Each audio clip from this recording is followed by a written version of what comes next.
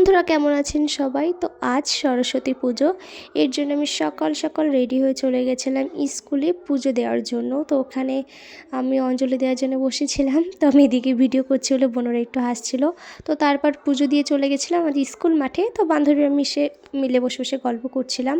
তো তারপর পুজো শেষ হয়ে গেলে তো ওইখান থেকে কিছু খেয়ে স্কুল থেকে প্রসাদ থেকেই চলে গেছিলাম আমরা খোঁজা হাই স্কুলে ঘুরতে। তো সরস্বতী পুজো মানে এখানে ওখানে ঘুরে বেড়ানো বয়ফ্রেন্ডের সাথে। তো আমরা কি করবো, আমাদের তো নেই, এর জন্য আমরা একারাই ঘুরছিলাম। তো চলে এসেছিলাম খোঁজা হাই স্কুলে। তো এখানে খুব সুন্দর সাজিয়েছে। আর দেখুন মা সরস্বতী ঠাকুরের মানে প্যান্ডেলের ডেকোরেশনটা খুবই সুন্দর করেছে। আর বাইরেটা তো দারুণ লাগছে, ফুল দিয়ে আবির দিয়ে অনেক কিছু দিয়ে সাজিয়েছিল। তো এইদিকে আমরা ঘুরছিলাম। তো ঘুরে ঘুরে তারপরে চলে গেছিলাম বাড়িতে। আর বাড়ি যাওয়ার পর দেখুন আমার কি অবস্থা, মানে চুল মানে ঘোড়া সাজার পরে কিন্তু খুব ভালো লাগে, কিন্তু এই সাজটা তুলতে গিয়ে যে কতটা কষ্ট হয় সেটা মেয়েরা ছাড়া আর কেউ জানে না।